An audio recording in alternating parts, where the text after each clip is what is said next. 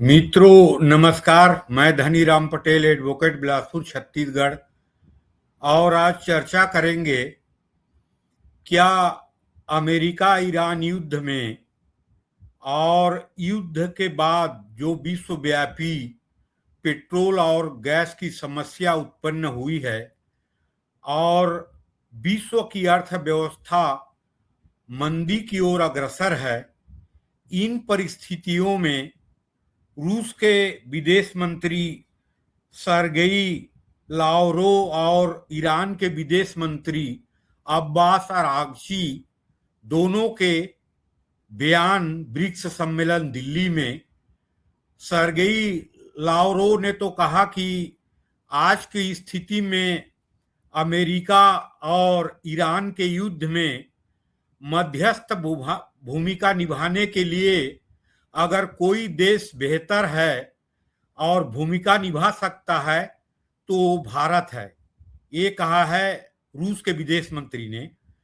और ईरान के विदेश मंत्री ने कहा है कि अमेरिका ईरान युद्ध में भारत को एक बड़ी भूमिका निभानी चाहिए इस समस्या से निजात प्राप्त करने के लिए।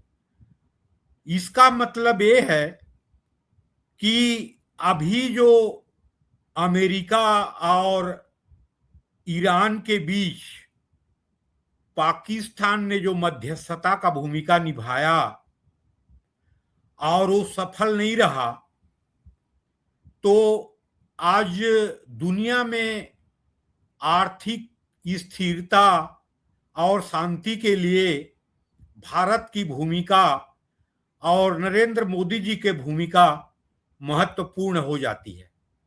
मित्रों, चर्चा शुरू करने से पहले आप सबसे आग्रह करूंगा कि मेरे चैनल DR पटेल एडवोकेट को सब्सक्राइब करें, लाइक करें, शेयर करें। मित्रों, जैसे मैंने अभी कहा कि पाकिस्तान ने मध्यस्थता की भूमिका निभाया और वो सफल नहीं हो पाया। सबसे पहले तो ये देखें कि पाकिस्तान की दुनिया में स्थिति क्या है। पाकिस्तान एक टेररिस्ट स्टेट है और अमेरिका, चीन और सऊदी अरेबिया के खैरात पे जीने वाला पाकिस्तान, जो इंटरनेशनली टेररिस्ट का जो एपी सेंटर है, वो अंतर्राष्ट्रीय शांति, स्थिरता और इसमें क्या भूमिका निभा सकता है। आज देखें कि जो मध्यस्थता की भूमिका निभाता है उसको न्यूट्रल रहना चाहिए, दोनों पक्षों में सब समान नजदीकी और सम्मान रहनी चाहिए। जैसे अमेरिका ईरान युद्ध या इजराइल ईरान युद्ध कह लें, इसमें पाकिस्तान जो है वो अमेरिका के क्लाइंट स्टेट है और खासकर अभी ट्रम्प के जो शासनकाल, दूसरा शासनकाल है, उसमें अपने निजी व्यवसाय के लिए और अपने एजेंडा के लिए पाकिस्तान को एक मीडिएटर के भूमिका दिया था। लेकिन हुआ क्या, जो पाकिस्तान जब से बना है तब से इजराइल के विरुद्ध रहा है, इजराइल को मान्यता नहीं देता है। उसमें उसके पासपोर्ट में स्पेशल उल्लेख किया गया है कि ये पासपोर्ट इजराइल के लिए नहीं है, जैसे ईरान की स्थिति है। और ये जो युद्ध हुआ है अमेरिका और ईरान के बीच, उसका मूल कारण और जो कंसर्न है वो इजराइल के कंसर्न के कारण हुआ है ये। तो उसमें पाकिस्तान भूमिका क्या निभा सकता है। अभी उसके रक्षा मंत्री ने जो इजराइल के खिलाफ जो बयान दिया था, एक कैंसर स्टेट के रूप में कहा था उसको, और ये जो ईरान से इस्लामिक राष्ट्र होने के कारण पाकिस्तान के संबंध ठीक है, इसमें कोई संदेह नहीं। जबकि भारत स्वतंत्रता के बाद से गुटनिरपेक्ष देशों का लीडर रहा है और विश्व में शांति के लिए, स्थिरता के लिए आज 80 साल तक भारत ने महत्वपूर्ण भूमिका निभाया है। चाहे संयुक्त राष्ट्र संघ के माध्यम से हो, चाहे गुटनिरपेक्ष आंदोलन के माध्यम से हो, या अन्य कोई भी भूमिका के माध्यम से हो। और आज भारत के दोस्त इजराइल भी है और भारत को दोस्त ईरान भी मानता है। तो आज रूस के विदेश मंत्री और जो एक पार्टी है ईरान, उसके विदेश मंत्री, दोनों का कहना भारत, अमेरिका और ईरान के बीच शांति समझौता के लिए महत्वपूर्ण भूमिका निभा सकता है और एक परफेक्ट देश है जो भूमिका निभा सकता है। ये दोनों ने कहा है, ये महत्वपूर्ण है ये। और भारत को अगर दोनों पक्ष तैयार हों तो भारत को, दोनों पक्ष या तीनों पक्ष कह लें, इजराइल भी, तो भारत को भूमिका निभानी चाहिए। लेकिन यहाँ पे यक्ष प्रश्न है, क्या दिशाहीन राष्ट्रपति ट्रंप और जो गुरूर है अमेरिका को पहले से रहा है और अभी खासकर कि दुनिया में शांति स्थिरता के लिए ट्रंप ही भूमिका निभा सकता है, और क्योंकि उसको नोबेल प्राइज चाहिए और विश्व में शांति के मसीहा बनना है, तो भारत के मध्यस्थता को क्या अमेरिका और राष्ट्रपति ट्रंप स्वीकार करेगा? अभी की स्थिति में तो बिल्कुल नहीं लगता कि वो भारत के मध्यस्थता को स्वीकार करेगा।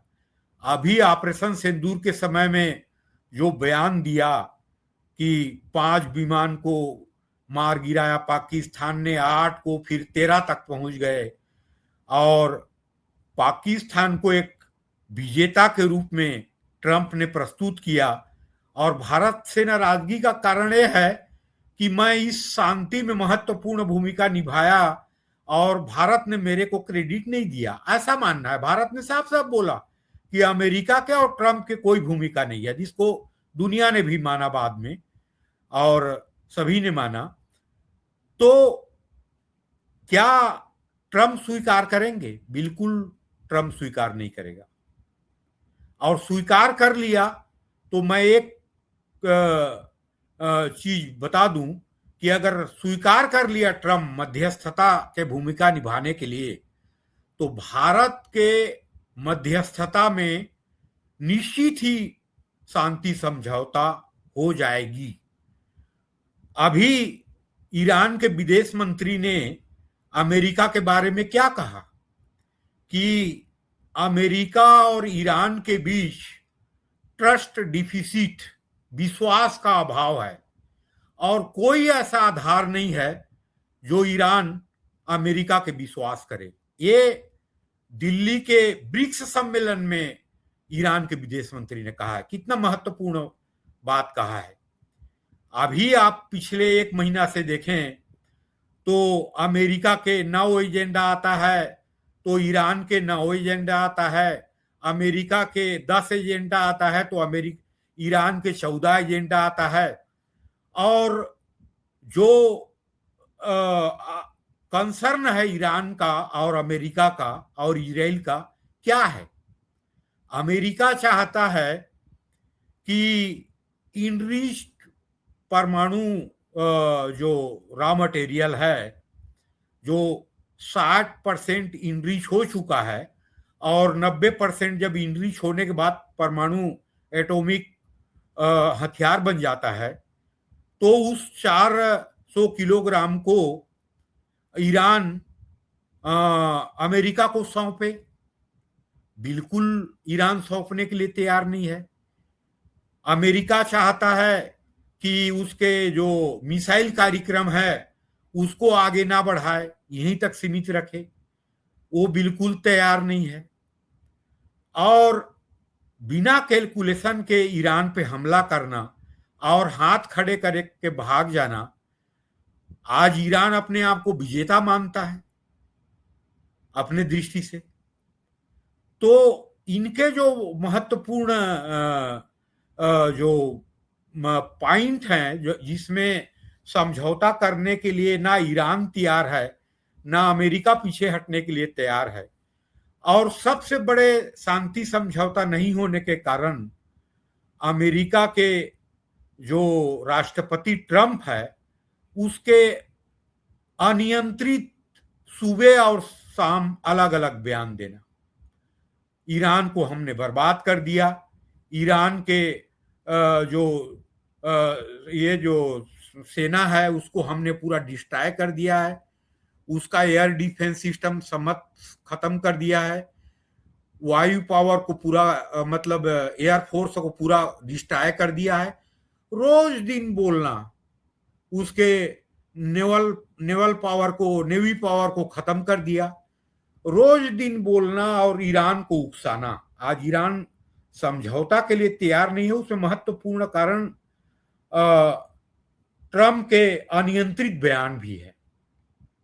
और आज स्थिति ये निर्मित हो गई है आज की स्थिति में कि दुनिया के मीडिया बोल रही है, चाहे न्यूयॉर्क का टाइम्स हो, चाहे फॉक्स न्यूज हो, सभी बोल रहे हैं कि अगले हफ्ता में इजराइल और अमेरिका ईरान के खिलाफ फिर युद्ध करने वाले हैं। और अभी तक के युद्ध के बाद, सीज फायर के बाद, हारमुज में जो अड़े हुए हैं, अमेरिका अड़ा हुआ है कि हारमुज को पहले की स्थिति में ओपन करे ईरान तैयार नहीं है। ईरान बोल रहा है कि अमेरिका यहां से हट जाए, अमेरिका तैयार नहीं है।